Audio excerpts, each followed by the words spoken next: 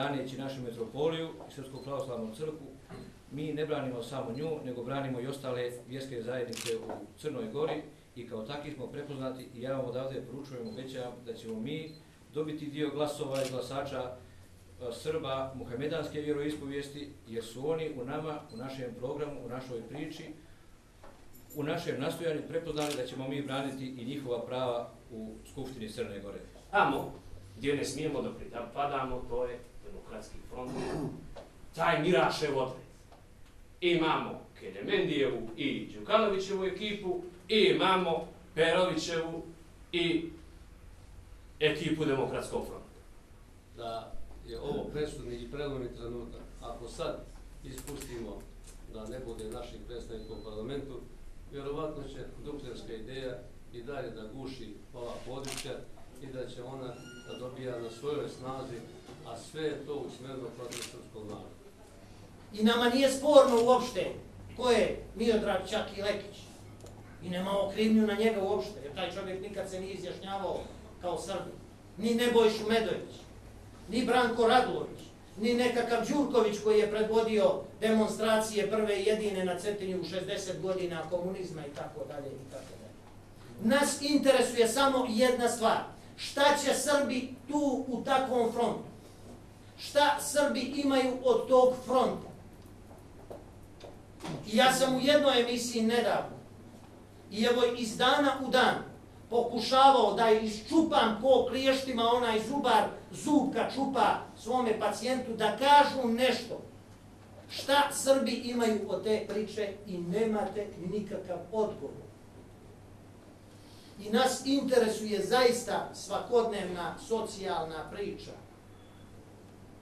I mi ne polazimo od velikih teorija.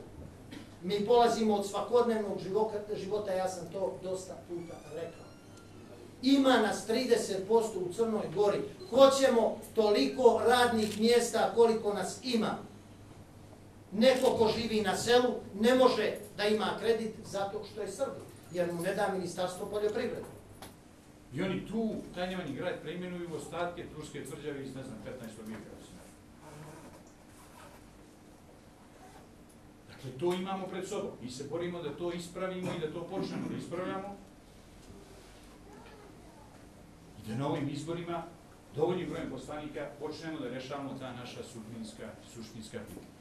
Prema tome, mi treba da gledamo interes našeg srpskog naroda i interes države u kojoj živimo.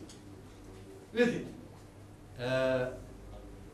ne bavimo se mi slučajno ovim demokratskim frontom ili demokratskom prevarom za Srbe.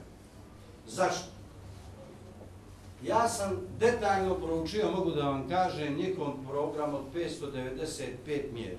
Pitanje srpskog jezika među tih 595 mjera je na 382. mjestu. Pitanja koja se odnose na Srpsku pravoslavnu crkvu su na 388. i 389. mjestu. To je sve u njihovom programu.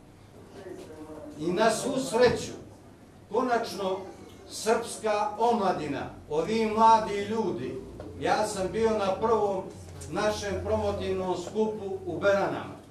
To je, mogu slobodno da vam kažem, bilo milima vidjeti. Jer oni više neće dozvoliti da im niko prodaje rog za svijeću. Oni ne vjeruju više onima što stavljaju desnu ruku na srce, a lijevu ruku u naš džep, ni onima koji dižu 3 prsta, a isto stavljaju ruku na džep. A to je demokratski prst. A kako mi radili, tako nama da Bog da, Bog pomogne.